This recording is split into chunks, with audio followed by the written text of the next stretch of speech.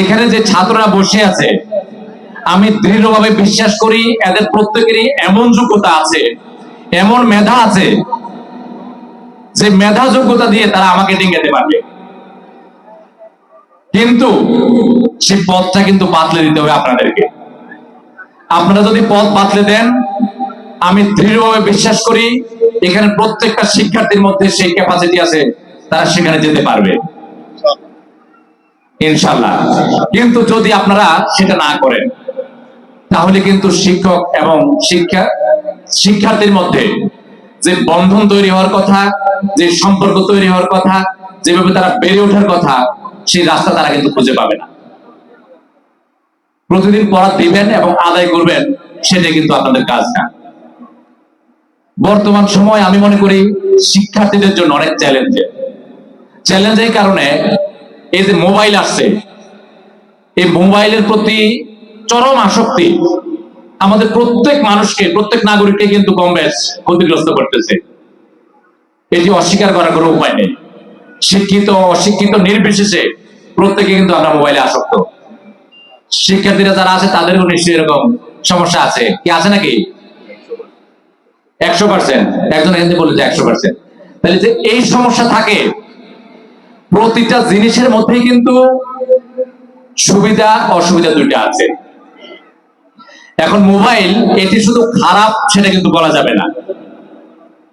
তোমরা যদি ইচ্ছে করো, এই মোবাইল থেকে অনেক কিছু তোমরা শিখতে পারবে। তোমরা এর মধ্যে যেমন কোরআন তেলাওয়াত শিখতে পারবে, ইংরেজি শিখতে পারবে, বিষয়ভিত্তিক ফিজিক্স, কেমিস্ট্রি, ম্যাথ, বায়োলজি সবকিছু কিন্তু এর মধ্যে পাবে। কিন্তু ওটা যদি না করে তোমরা খারাপটাকে অনুসন্ধান করো, তাহলে কিন্তু তোমাদের সময় নষ্ট হবে। জীবনে কিন্তু তোমাদের যেভাবে প্রতিষ্ঠিত হওয়ার কথা সেভাবে পারবে না। প্রতিটা মানুষের সফলতার জন্য সবচেয়ে বেশি যেটি দরকার, সেটি হচ্ছে তোমাদের কি থাকতে হবে? আত্মবিশ্বাস থাকতে হবে। কি তোমাদের কি আত্মবিশ্বাস আছে? আছে নাকি? ছাত্রদের আছে আত্মবিশ্বাস? আমি কিন্তু একেবারে সাধারণ একটি পরিবারে জন্মগ্রহণ করা একজন মানুষ। আমার সময় আর এখনকার সময় অনেক পার্থক্য। আমার সময় এমনও গেছে যে প্রাইমারি স্কুলে পড়ার সময় আমার বাড়ি থেকে স্কুল গহীন অরণ্যে ঘেরা একটি পথ ছিল, বন জঙ্গলে ঘেরা একটি পথ ছিল, রাস্তা ছিল। যেই কারণে মাঝে মাঝে এমনও হতো যে 3-4 মাস 5 মাস স্কুলে যেতাম না, যখন প্রাইমারি স্কুলে পড়ি। যদি সঙ্গী না থাকতো স্কুলে যাওয়া যেত না, যেতে পারতাম না একা একা। জাতিসংঘের একজন মহাসচিব ছিলেন, তার নাম হচ্ছে বান কি মুন। তিনি বললেন যে আমি এমন এক স্কুলে পড়াশোনা করতাম যে স্কুলের বেড়া নেই, যে স্কুলে ছাদ নেই, এমন একটি স্কুলে আমি পড়াশোনা করেছি। তাহলে এটা কেমন স্কুল? খোলা জায়গাতে। তাহলে একটি খোলা জায়গাতে পড়ে যদি জাতিসংঘের মহাসচিব হওয়া যায়, তাহলে তোমরা এখন যারা পড়াশোনা করো নিশ্চয়ই সবাই বিল্ডিং এর মধ্যে, তাহলে নিশ্চয়ই তোমাদের মধ্যে সেই সম্ভাবনা আছে তোমরা তার চেয়ে ভালো কিছু করতে পারবে। কি সম্ভাবনা আছে? পৃথিবীর যে ধনীদের তালিকা, এখানে ভারতের একজন ব্যক্তি আছেন, তার নাম হচ্ছে লক্ষ্মী মিত্তাল। তিনি স্টিলের ব্যবসা করেন, সারা পৃথিবীর সেরা ধনীদের মধ্যে একজন তিনি বললেন যে ছোটবেলা যখন আমি স্কুলে যেতাম, যে আমার বন্ধুরা যখন বৃষ্টি হতো, বাড়ির পাশে রাস্তায় পানি জমে যেত, যে আমার বন্ধুরা তখন রিক্সায় যেত, আর আমাকে তখন আমার প্যান্ট পায়জামা উঁচু করে তারপরে এই পানির মধ্যে দিয়ে হেঁটে আমাকে স্কুলে যেতে হতো। সেইভাবে পড়াশোনা করে তিনি সারা পৃথিবীর একজন বিখ্যাত ধনী ব্যক্তিতে পরিণত হলেন। তাহলে সবার আগে আমাদের প্রয়োজনটা কি? ইচ্ছা শক্তি। যদি আমাদের ইচ্ছা শক্তি প্রখর হয়, তাহলে আমাদের সফলতা অনিবার্য। কিন্তু ইচ্ছা শক্তি যদি না থাকে, তাহলে কিন্তু আমরা সফল হতে পারবো না। সাকসেস হওয়ার জন্য 3টে জিনিস প্রয়োজন। প্রথমে হচ্ছে ডিটারমিনেশন। আমাদের কি থাকতে হবে? দৃঢ় সংকল্প থাকতে হবে।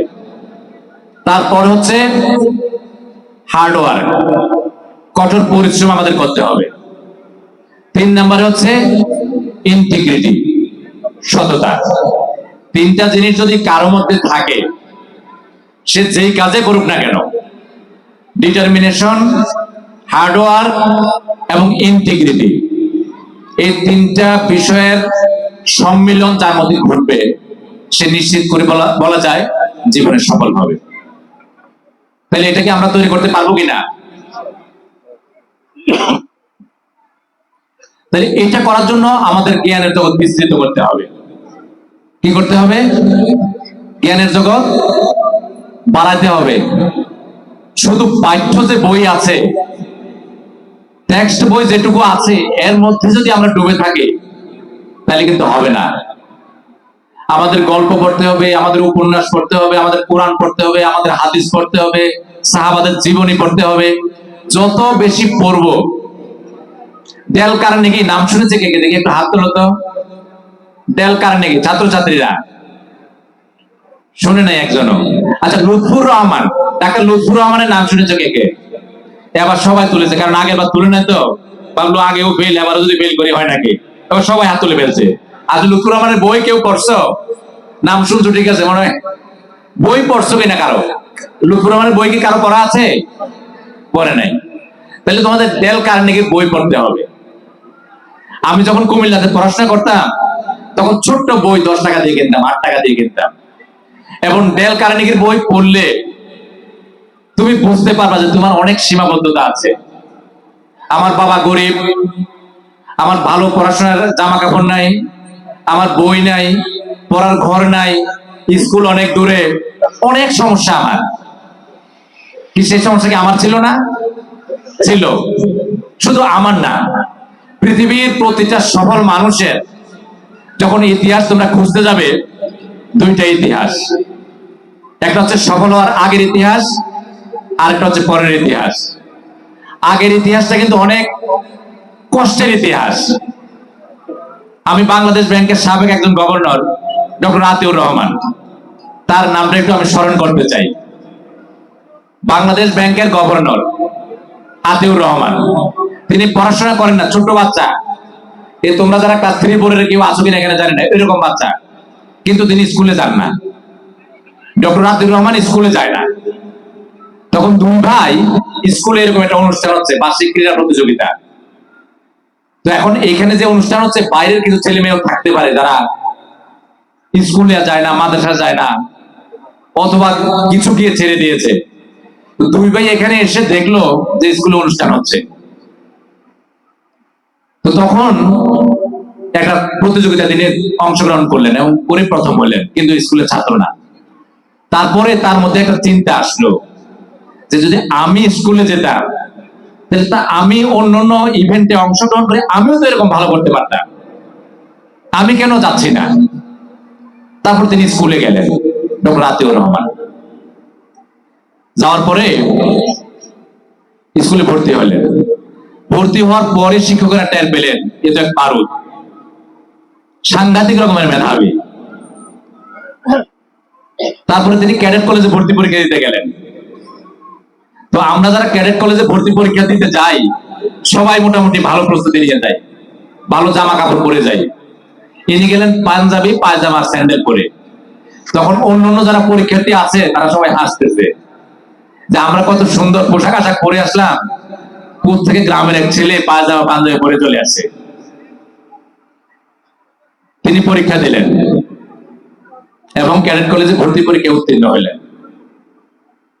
ভর্তি হওয়ার জন্য 150 টাকা লাগবে, 150 টাকা। তার অভিভাবকের পক্ষে 150 টাকা দেওয়া সম্ভব না। তখন একজন প্রিয় শিক্ষকের কাছে গিয়ে পরামর্শ চাইলেন যে স্যার, আমি তো ক্যাডেট কলেজে ভর্তি পরীক্ষায় উত্তীর্ণ হয়েছি, 150 টাকার জন্য ভর্তি দিতে পারতেছি না। শিক্ষক পরামর্শ দিলেন যে একটা থালা নিয়ে বাজারে বসো। কি পরামর্শ দিলেন? থালা কেন নেয়? ভিক্ষা করার জন্য। এটা ছাড়া আর উপায় ছিল না, সেটাই করলেন। 150 টাকা কালেকশন করে ক্যাডেট কলেজে ভর্তি হলেন। তিনি যখন বাংলাদেশ ব্যাংকের গভর্নর হয়ে যান, তারপরও তিনি বললেন যে আমি সেই মানুষগুলোকে খুঁজি যারা আমাকে 150 টাকা দান করে যে আমাকে ক্যাডেট কলেজে ভর্তি হওয়ার সুযোগ করে দিয়েছিলেন। তাহলে কি বোঝা গেল? তিনি বাংলাদেশ ব্যাংকের গভর্নর হলেন। সকল টাকায় অনেক টাকা সেই সময় ছিল ডক্টর আতিউর রহমানের স্বাক্ষর, বাংলাদেশ ব্যাংকের গভর্নর, বাংলাদেশের সব টাকার মালিক। তাইলে বোঝা গেল আমাদের মধ্যে যদি ইচ্ছা শক্তি থাকে তাহলে আমাদের পক্ষে সব করাই সম্ভব। আমি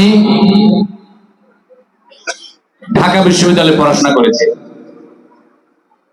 তাহলে এটি কিন্তু আমার ইচ্ছা শক্তি ছিল বলে সম্ভব হয়েছে যে আমি ঢাকা বিশ্ববিদ্যালয়ে পড়ব, এটি আমার ইচ্ছা ছিল বলে সম্ভব হয়েছে। প্রথম বিসিএস করেছি ইচ্ছা শক্তি ছিল বলে, তারপর আবার বিসিএস করেছি, এখানে আসতে পেরেছি। তাহলে কাজেই শিক্ষার্থী যারা আছে এখানে, তোমাদের মধ্যে এরকম আত্মবিশ্বাস তোমাদের তৈরি করতে হবে। আর আত্মবিশ্বাস কিন্তু মোবাইলে ফেসবুক সারাদিন দেখলে কিন্তু আত্মবিশ্বাস আসবে না, এবং আত্মবিনাশের সম্ভাবনা তৈরি হবে। আমরা সমাজে নানা রকম অবক্ষয়, অসঙ্গতি দেখতে পাই। এটি হচ্ছে সমাজ থেকে আমরা যে খারাপ বিষয়গুলো আছে সেই খারাপ বিষয়গুলোকে আমরা ধারণ করি বলে।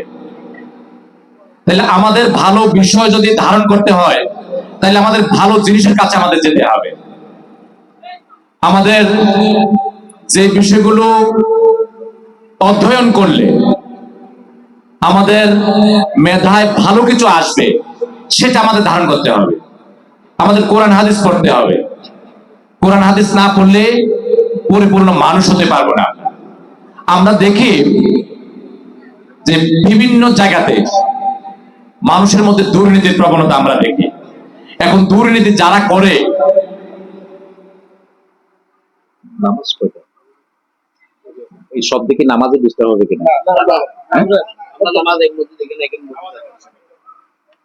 আমরা দেখি দুর্নীতিগ্রস্ত অনেক জায়গায় আমরা দেখি দুর্নীতি যারা করে তারা কি শিক্ষিত মানুষ না অশিক্ষিত মানুষ? অশিক্ষিত লোক করে, কিন্তু শিক্ষিত মানুষ বেশি। তাহলে কারণটা কি? কারণটা হচ্ছে শিক্ষাকে আমাদের যেভাবে ধারণ করা দরকার, যেভাবে গ্রহণ করা দরকার, আমরা সেভাবে পারিনি বলে এই সমস্যা তৈরি হচ্ছে।